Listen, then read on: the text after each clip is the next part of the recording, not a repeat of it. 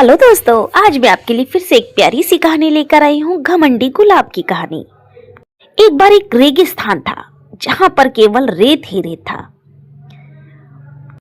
उस रेत के पास एक छोटी सी नन्ही सी कली खिली गुलाब की। उसके पास में दो कांटे भरे पेड़ थे, कैक्टस के। वो दोनों पेड़ हमेशा उस नन्ही सी कली जो गुलाब की थी उसे देख देख के बहुत खुश होते थे, क्योंकि वो बहुत छोटी थी और वो धीरे धीरे बड़ी हो रही थी। नन्हा सा पौधा बड़े होने की ताकत लगा रहा था और दोनों कांटे भरे पेड़ वो हमेशा उसकी रक्षा करते थे, पानी देते थे। दिन बीतते गए, धीरे धीरे वो लाल गुलाब बड़ा होने लगा, एकदम लाल, देखने में बहुत सुंदर। एक बार कहीं से एक राजकुमार घोड़े पे आया। उसने देखा कि इतने रेगिस्तान में एक छोटा सा गुलाब का फूल है। उसके मन में विचार आया, क्यों ना मैं इसे अपने घर ले चलूं, अपने उस बगीचे में लगाऊं जहां पर बहुत सारे फूल हैं। मेरे उस बगीचे में और अच्छा सा एक पौधा लग जाएगा और उस बगीचे की शोभा बढ़ाएगा। यह सोचकर वो नन्हा सा गुलाब उसके पास गया। जैसे ही वो उसके पास गया, उसने कहा, अरे मेरे नन्हे गुलाब, तुम तो देखने में बहुत सुंदर हो, क्या तुम मेरे साथ चलोगी?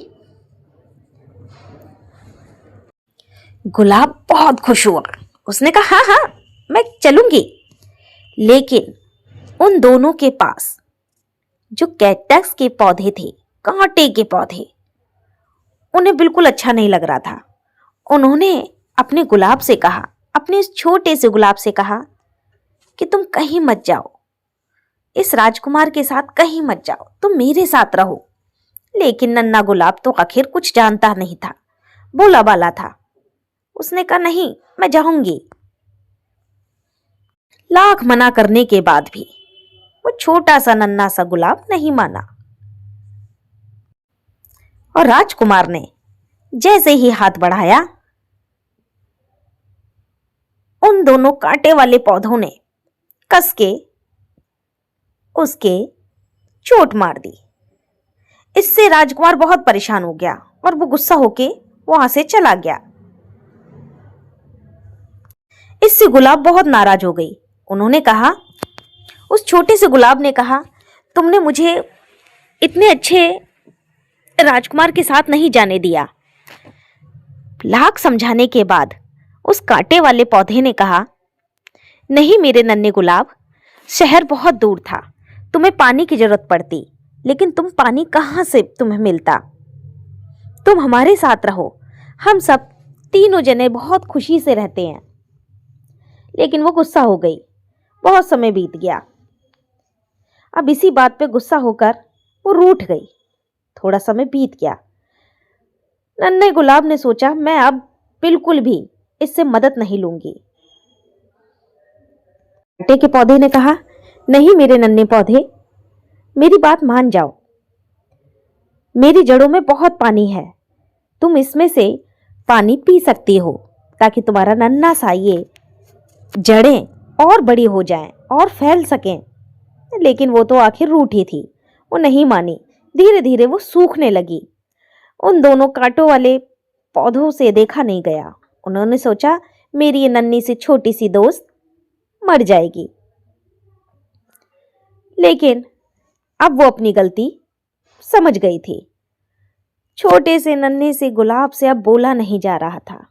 वो कराहने लगी, वो रोने लगी। फिर क्या था, थोड़ी देर के बाद उन दोनों ने उस छोटे से गुलाब को माफ किया और पानी दे दिया। इससे वो नन्हा सा पौधा और खिलखिला गया और बड़ा हो गया, बहुत मजबूती के साथ खड़ा हो गया।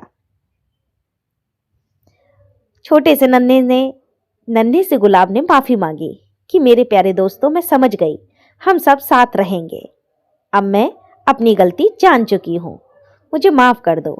और फिर तीनों इकट्ठे रह के खुश होने लगे। तो समझे बच्चों, हमें कभी भी अभिमान नहीं करना चाहिए, अपने दोस्तों से कभी भी गुस्सा नहीं होना चाहिए। अगर मेरी कहानी अच्छी लगे तो प्लीज सब्सक्राइब करना।